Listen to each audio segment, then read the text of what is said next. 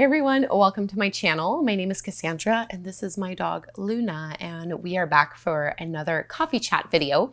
I'm not actually drinking coffee. Do you want this? I'm not actually drinking coffee today just because I've had some already, and so water it is. So today's video is not about yoga. I want to talk to you guys about what I am the most proud of myself this year.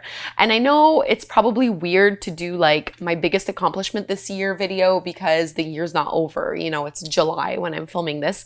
So we're only like halfway through 2019, but I know this is going to be my biggest accomplishment this year. And this is like something that I really want to share just because it's been important to me. So far this year in 2019, I have read about 58 books or so, and I'm on track to reading over 120 books this year.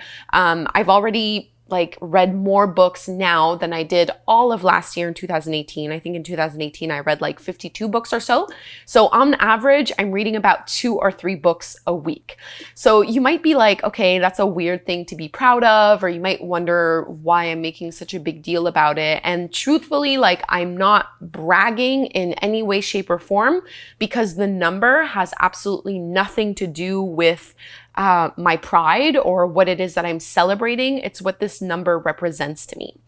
So what this number represents to me, what does it mean that I'm reading 2 or 3 books a week? Why is that so significant to me? And why has it, why am I making a video about it?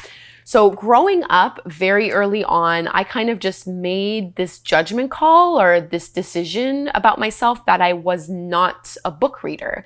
I'm not sure why, but I was not a book person growing up. As a kid in school, I don't think I ever read a full book, when you're in elementary school and high school, you always get assigned books to read, and I never read them. Thank God for Spark Notes, because that's pretty much how I wrote all of my book essays.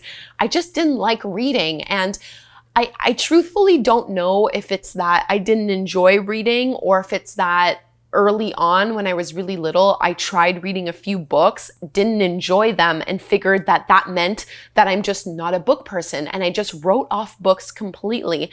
The only books I read growing up that I actually enjoyed was the Harry Potter series. And that one I was able to read all the way till the end, and I actually reread them a few times, but I figured that that was just an anomaly, and I never ventured out. And I mean, I'm 28 now, and it's only been a few years that I've actually started picking up some books and reading a little bit.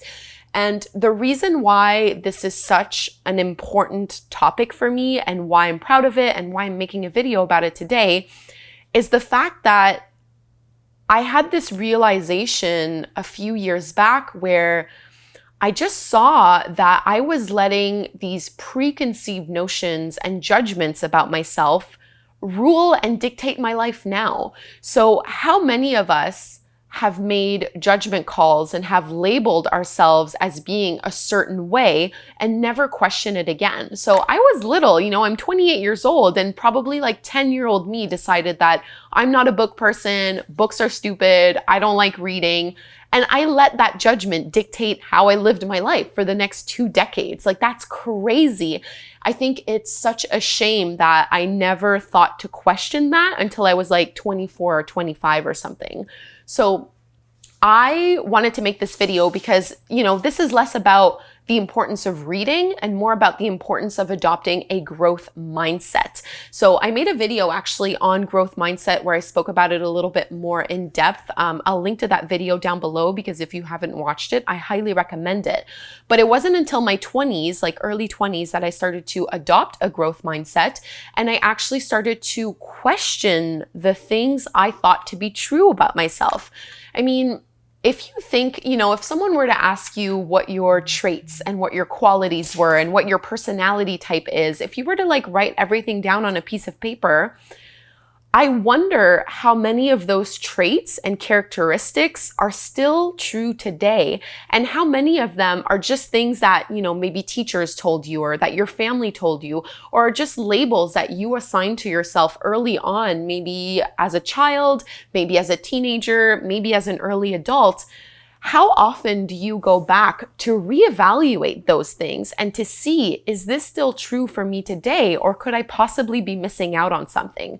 Like, thank God I adopted a growth mindset, and I'm so thankful that I revisited the belief about being a reader and enjoying books, because now I'm a huge bookworm and I love reading. And more than that, more importantly, I can guarantee you that if it weren't for books, I wouldn't be on YouTube right now. The first few books that kind of got me into reading were personal development, spiritual, self-help, and philosophical books. And truthfully, like, those are the books that gave me confidence. They gave me purpose.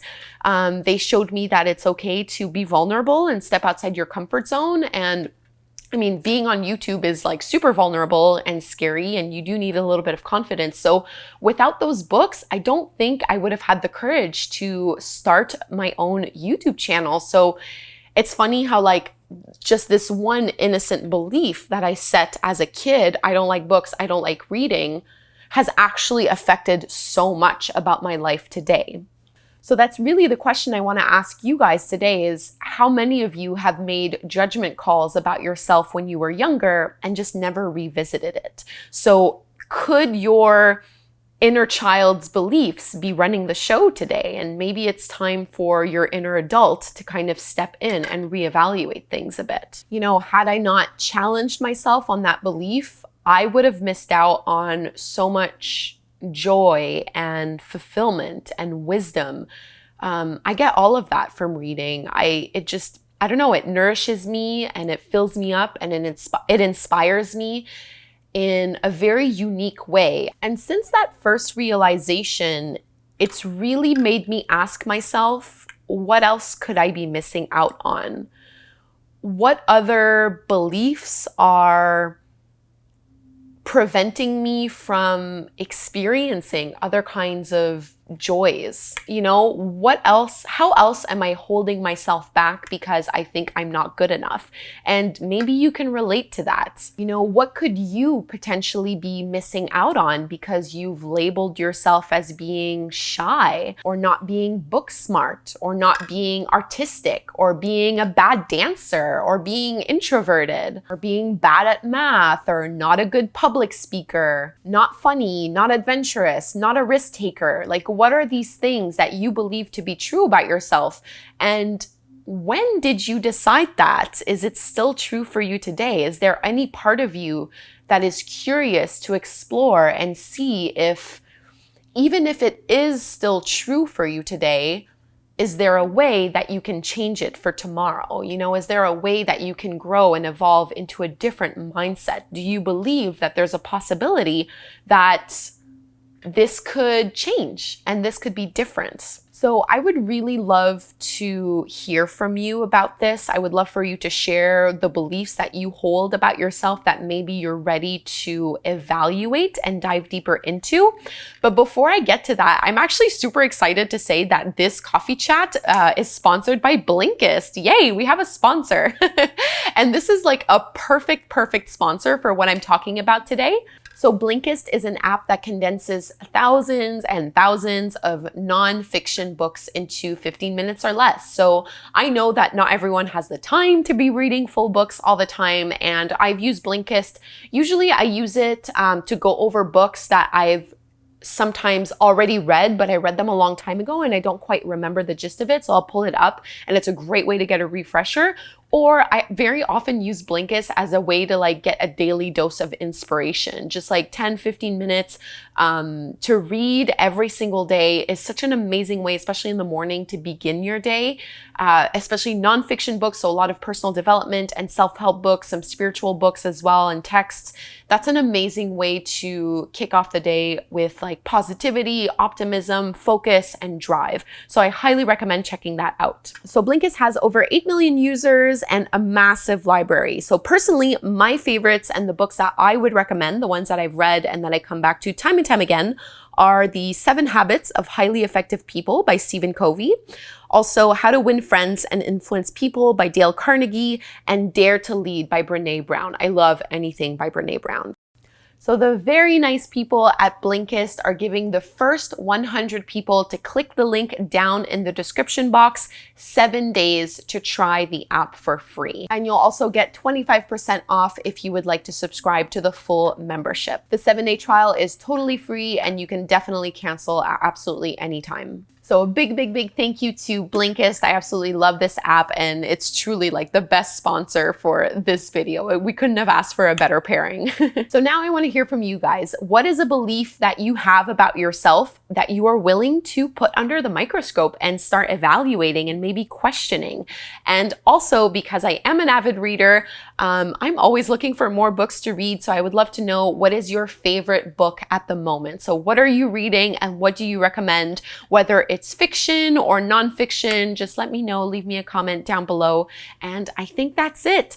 Thank you all so very much again for tuning in to another little coffee chat. I hope you enjoyed it. And if you want more of these kinds of videos on my channel, let me know, leave me a suggestion of what you'd like me to talk about. I love to share more of myself with you guys. It's really fun to make these like sit down and chat videos, just a little bit more personal in nature. Those are pretty much my favorite kinds of videos on YouTube. So it's fun for me to be producing my own. All right, thanks so much, guys. Have a great day and I will chat with you soon.